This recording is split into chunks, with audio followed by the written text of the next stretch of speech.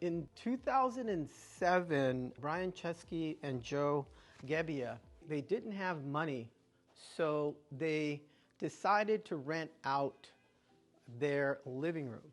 There was a big convention that was happening, and all of the hotels were booked. So they saw an opportunity there, and they built a website called Airbed and Breakfast, and they got 3 bookings. They came up with this great idea, and they pitched it to investors, and it failed. So that's where the cereal comes into play. So we have the Obama O's and the Captain McCain's. They then finally had the money to put into this startup. I appreciate you guys being here on a Saturday, especially, time is a valuable commodity. And so I appreciate you coming out here, and I feel like it's my responsibility to inform you, educate you as much as I can. A little bit about me. I've been a husband for about 7 months. How have I been doing so far? Congratulations. Do I have an A+, or? Let's give you an A. A. Something to reach for. Just a strong A, not an A+. I've middle school teacher. I've been doing that for quite some time. I am a dog owner, and I operate anywhere between 3 and 6 Airbnbs. I'm a landlord to one, and I converted my garage about 3 years ago, and so I consider myself an amateur when it comes to ADU building. It says specialist there, but with my brother's help, I'm there. Yeah. Talk about the history of Airbnb. So in 2007, Brian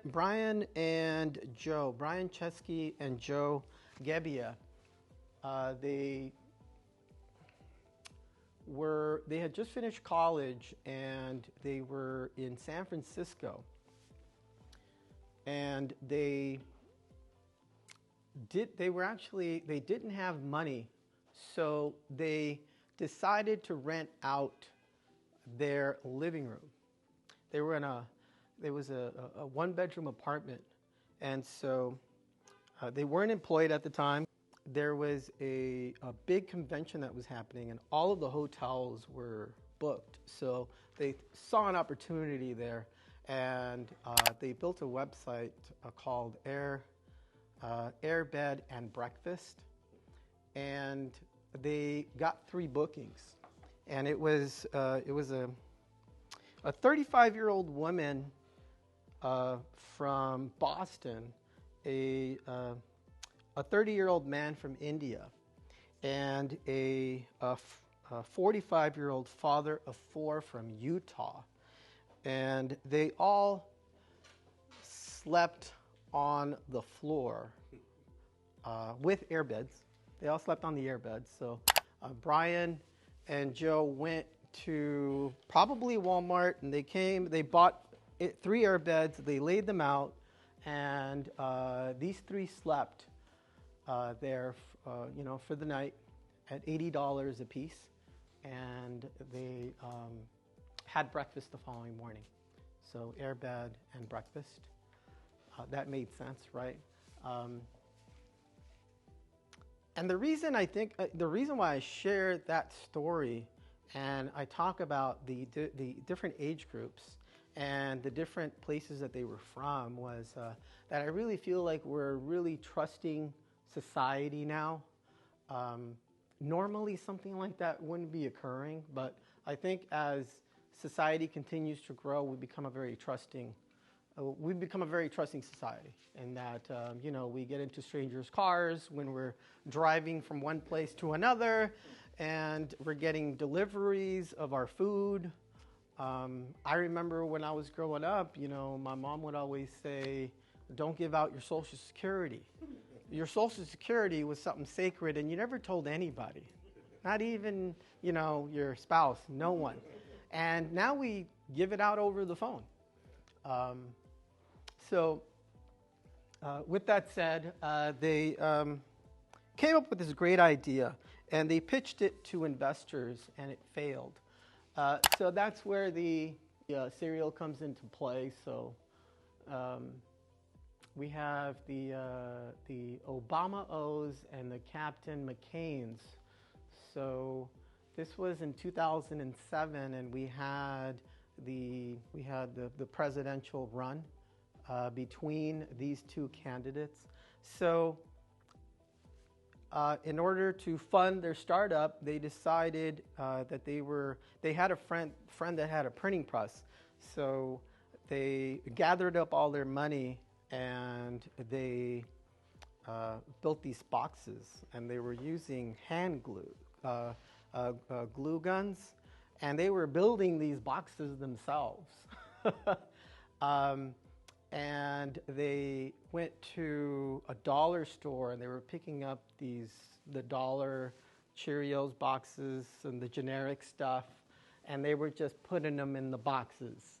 And they went to the convention where they were having the debate, and they built these for $4, and they sold them for $40 a piece.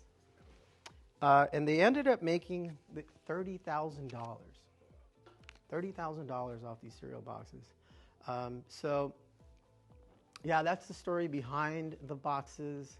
And at some point, they were thinking, I think we're going to become a cereal company because this is working out so well. They actually pitched the idea to General Mills, and they said no. Or they said, you're going to have to come up with some of the capital, $150,000, which they didn't have. So they then finally had the money to put into this startup. They started locally in New York, and you can go ahead and click on that hint right there.